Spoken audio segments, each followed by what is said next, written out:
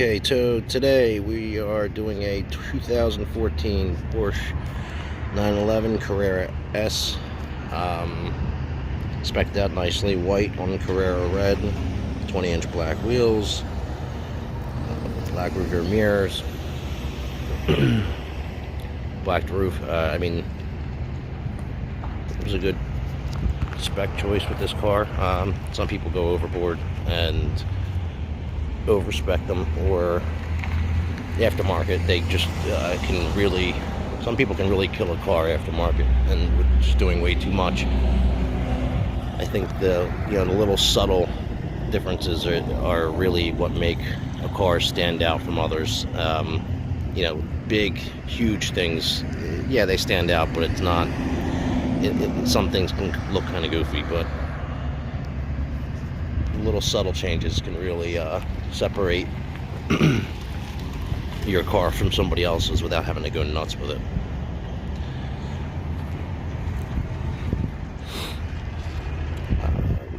This has the headlights, that turn as you turn.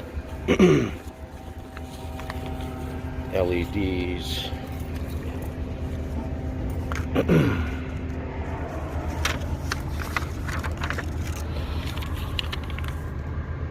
The dynamic light system.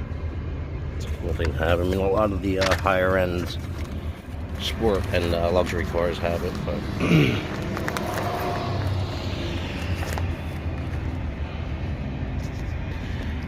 and this is a 3.8 liter 6-cylinder, 430 horsepower.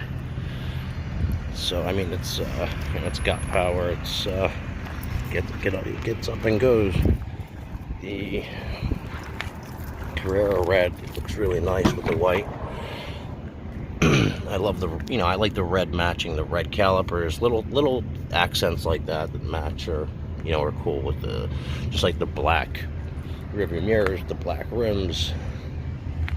Those little things match nicely.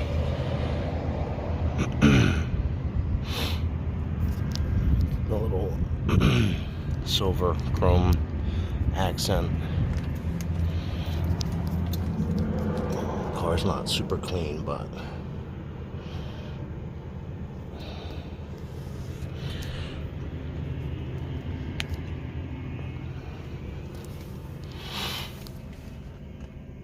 and this has plenty of tech in it. My personal opinion on these cars, as far as high performance cars, a lot of people will complain about not having enough tech. My opinion is, if you're getting a car to enjoy driving it, really a Porsche or a Ferrari. Obviously Ferraris don't really come with crazy tech, or Lamborghinis. But if you're getting a car to really enjoy the drive, the tech is really not needed. It should really just be about enjoying the car and driving the car. You really shouldn't be focused on the buttons and what this and that can do. You should just be wanting to enjoy the road and feeling the car on the road and just enjoying the drive. So many people get so caught up in all the stuff in the car, they're not even enjoying the drive of the car at all. That's what these cars are really built for. They're built to enjoy the drive. You don't see, people complain a lot about actually Maserati with their tech, which most Maserati owners will say they don't really give a damn about the tech being updated, because they don't buy it for that. They buy it to drive the car and enjoy it. They enjoy the sound of it. They enjoy the drive of it. They enjoy feeling the car on the road. They're not concentrating on the buttons and all this stuff inside. A lot of people that don't own them or whatever, never have,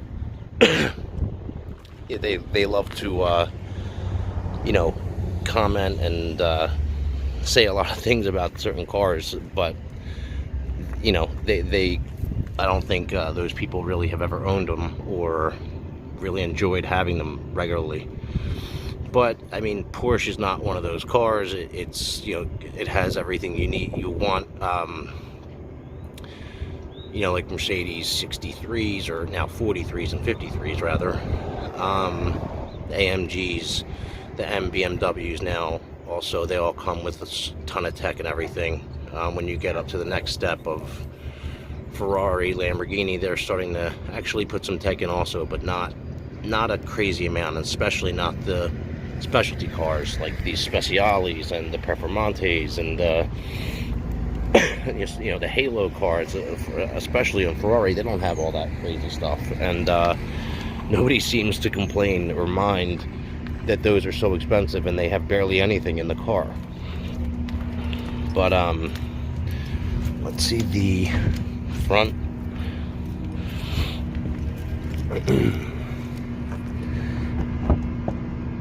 Just the trunk area, obviously, just a normal Porsche trunk area.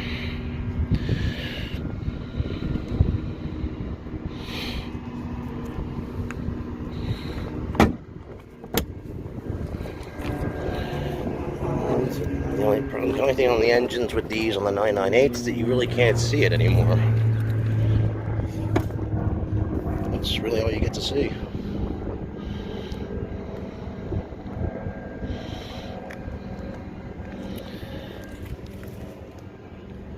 Nice quad exhaust pipes. I love that 4-quad look. Some cars nowadays are just doing two big dual exhausts, which I like that old big quad look. But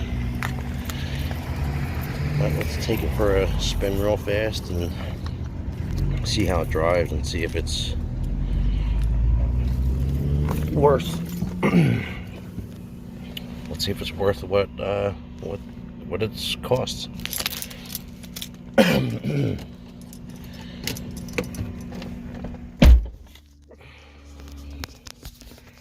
So, on the 911 now. This car new is like $120,000.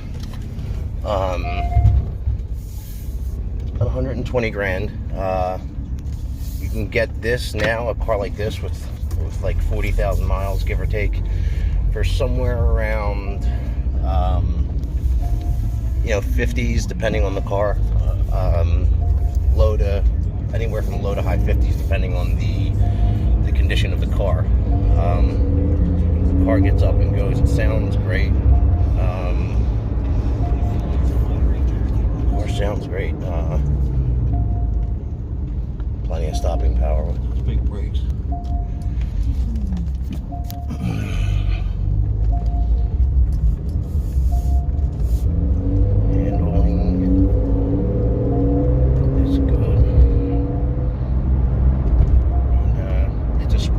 I mean, obviously it's not going to ride like a Mercedes S-Class, but it's, you know, it rides pretty smooth and comfortable for what type of car it is.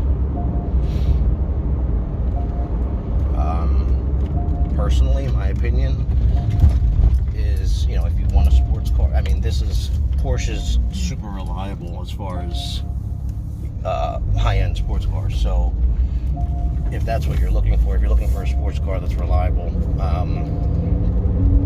then Porsche is probably your best bet. As far as not having many issues as other cars might have. But it comes down to maintenance and taking care of it. As long as you take care of the car and you keep up with it and don't beat the hell out of it all the time, and it really shouldn't matter. You should be fine. But most people don't do that. Even if they're buying an expensive car, for whatever reason, they get lazy and they don't take care of it the way they should. And then they end up paying for it in the end. My opinion is, whenever you buy a pre-owned car, especially a high-end car like this, it's always worth. I will never understand why people do not get a warranty. If you're going to buy a Porsche or a Ferrari or a Maserati, always, if you have the money to purchase the car, there's a big difference between purchasing it and being able to buy it and being able to own it. You you know, a lot of people can go out and just buy a car. It's a different story when you need to pay for be able to afford to own it, and be able to, you know, pay to maintain it, and pay for the things it needs as it needs it. A lot of people kind of just let it go by the wayside, and then when something goes wrong with the car and it's too much to fix, they don't have the money for it, or they don't want to spend it, and then they're screwed. That's why I think it's smart to always get a warranty with, personally I think it's smart to get one with any car, but unless you're a mechanic and you know what you're doing, that's a different story. But otherwise, yeah, always have a warranty. Otherwise, you know, when something goes wrong, you're just gonna you're gonna bang your own head against the wall. Other than that, that's my advice. Always have a warranty, no matter what. Especially on high-end cars, because when you get one little thing goes wrong, and it may cost $5,000, $10,000, and you could have had a warranty for half that, or maybe a little less than that. Then you're banging yourself against the wall for not getting it when you could have. It gives you peace of mind. So when you're driving the car, no matter what, you know that God forbid you get stuck on the side of the road, somebody can come and get you, and you get a loaner car and they fix everything. Rather than having to call a tow truck, pay for a tow truck, pay for a rental car, and who knows how much it'll cost to fix whatever is wrong with the car. You could be spending thousands and thousands and thousands of dollars when you could have spent just a few, or let's just say $5,000-$6,000. Something like a really high-end car, you spend $6,000 for a warranty. You're really covering yourself, because if something goes wrong in one of those cars, it's going to be, you're looking at $5 or $6 grand, maybe 10, who knows, $15,000 to fix it. And it's a lot of peace of mind to have a warranty like that. But let's move on from that. Get back to the car. So, is it worth it to purchase this car? Absolutely. I mean, for less than half the price, for less than half the use of the car, way less, you're getting a good, beautiful car. So once again, go around it one more time. The 2014 Porsche 911 Carrera S.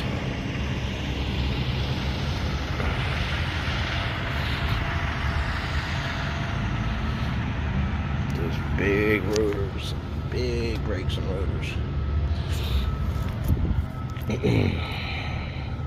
There are 245s in the front, 295s in the rear. Gives you that good handling. Sorry for that noise. There's a truck over there delivering some cars. Yeah, so we'll end it there for the 911, and go to the next car. Subscribe, like the video if you can, and see you next time.